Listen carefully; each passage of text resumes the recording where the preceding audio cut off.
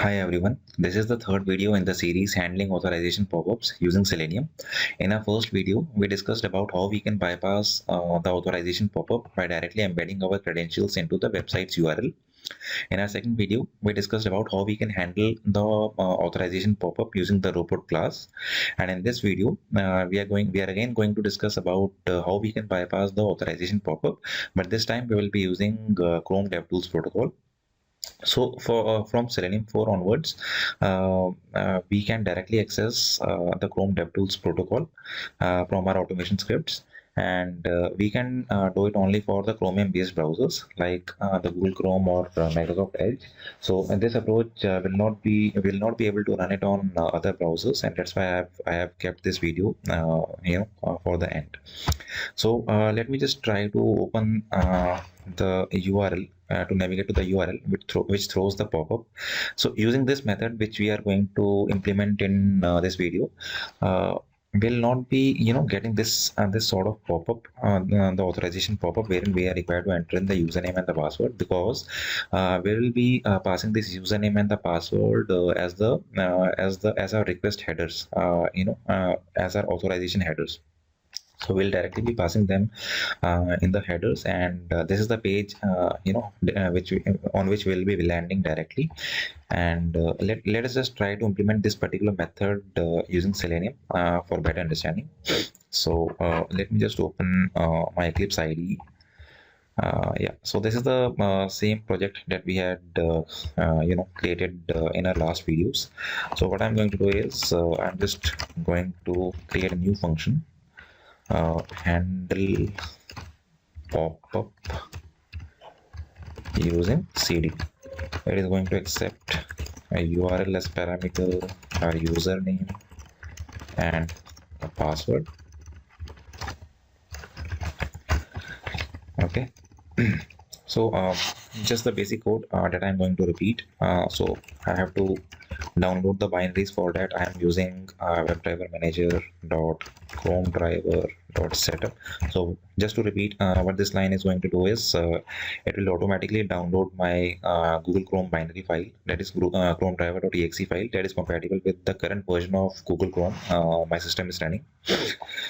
Next is we are going to instantiate the Chrome driver class, but this time we will be holding the reference in a variable of type Chromium driver, because Chromium driver is basically a parent, is the direct parent of the Chrome driver class, just like it is a direct parent of Edge driver class also. We are not using WebDriver here because WebDriver in itself does not provide access to the Chrome dev. It does not have method by which we can access the Chrome DevTools protocol. In Chromium driver only we have this particular method. Basically, Chromium driver also implement it from another interface. So this is the type of object that we are going to keep. Chromium driver equals to new Chrome driver. We could have also written like for Edge driver also we could have written Chromium driver equals to new Edge driver, because both Chrome driver and the Edge driver are the direct children of the Chromium driver class, and Chromium driver class is the child of remote web driver class. So this is a new change in Selenium 4. In Selenium 3 there was no Chromium driver, and the Chrome driver and the Edge driver, they were the immediate children of the remote web driver class. But in Selenium 4 onwards, Chromium driver is in between the remote web driver and Chrome driver or Edge driver. Okay, so let me just try to import it here. Again, I'll be maximizing the window after opening the Chrome driver, after opening the Chrome browser. So driver.manage.window.maximize. I'm going to set an implicit weight also. So driver.manage.timeouts.implicitly wait. I'm just going to keep a wait of say 10 seconds, 15 seconds.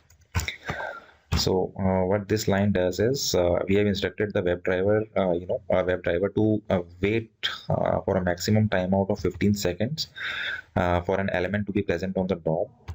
before actually throwing the no such element exception. For example, if we are trying to perform a click operation on an element, for that click operation to work, it must be present in the DOM, it must be visible, and it must be in the correct state.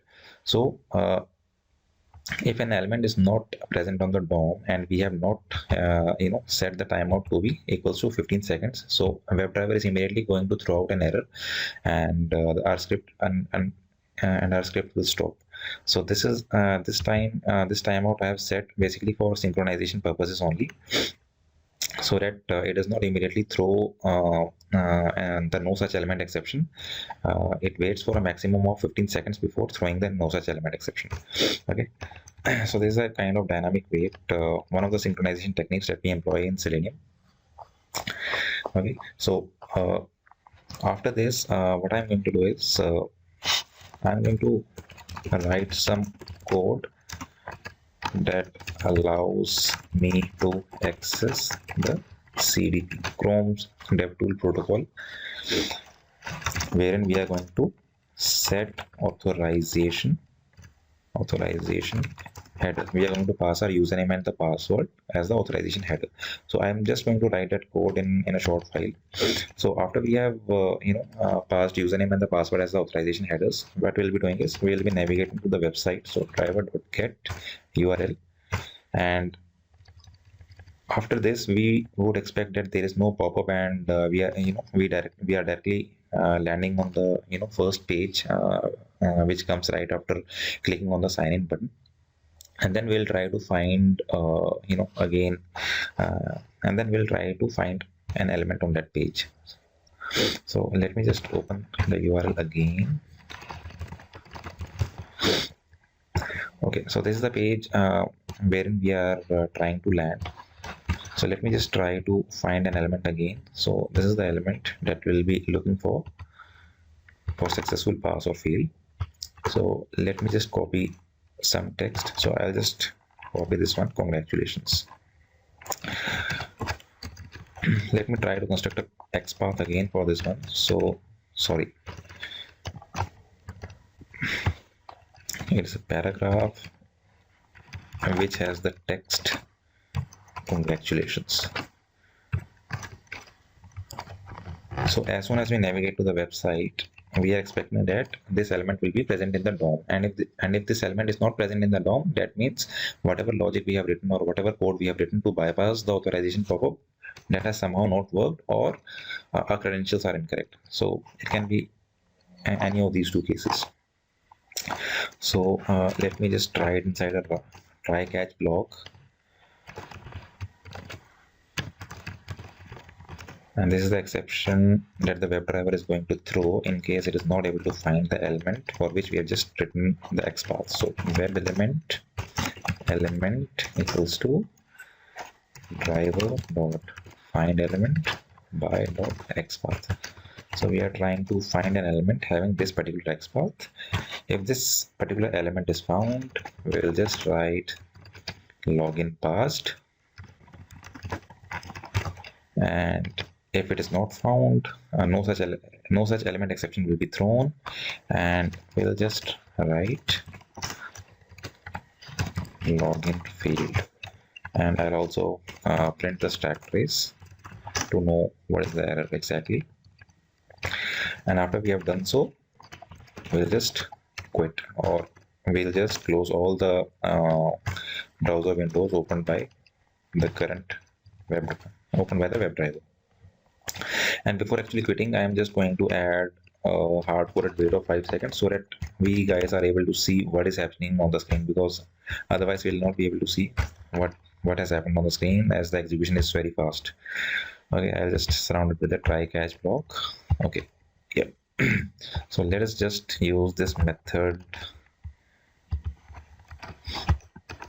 Let me just revisit this method. So I have initiated the Chrome driver.setup, instantiated the Chrome driver class, and assign it to a variable of Chromium driver type. I have maximized the window, set the implicit wait, And okay, the main part, this is the main part wherein we are required to write the code uh, that allows us to directly communicate with the Chrome DevTools protocol. Okay, so what we have to do is so this is the object. So devtools is equal to driver dot get devtools. After this we have to create a session. So devtools dot, this is the session that we are creating. Then we'll be using the send command to send different types of commands. For example, first we have to enable the network.enable, and we can send, we don't need to actually send these 3 parameter values, so I'll just set them to optional.empty. So I can pass optional.empty as arguments. Okay, and this is the line, or this is the statement wherein we will actually be passing the username and the password as the authorization headers. So what I'm going to do is I'm going to make use of network domain again of the Chrome DevTools protocol, and within the network domain I'll be using the command set extra HTTP headers. So you can see it accepts an object of, or it accepts a parameter of type headers. So I'm just going to create an object of type headers, and it accepts, and this headers object will be accepting a hash map. Okay, so I'll be creating a hash map also, and in that hash map I'll put a key value pair. The key will be named as authorization, and it will be accepting a value that is base64 encoded username and the password. So let me just try to implement that quickly. So java.util string object headers is equal to new hash map. What I'm going to do is I'm just going to put a key value pair, and the key's name is going to be authorization, and the value is going to be base64 encoded string, and the string which I'm talking about is username colon password. So, and it should be prepended with base space.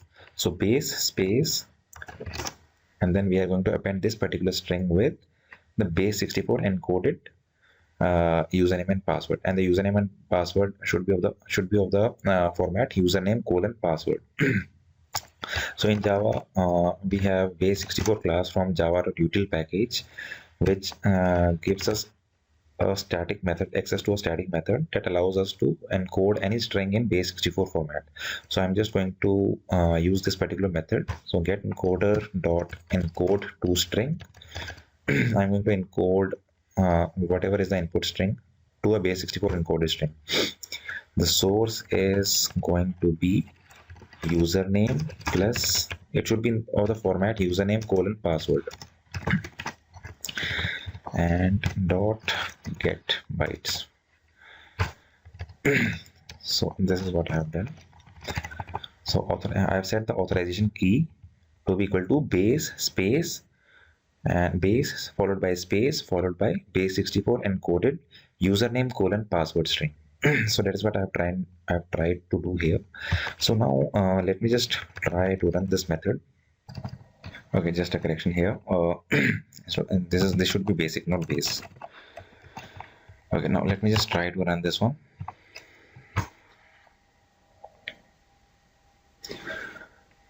So it is going to start our browser, Google Chrome browser, and it has navigated to the URL, and see we are not seeing any sort of pop-up, and username and password was sent as the authorization headers, and the login page was displayed, and see, we can see that login has passed.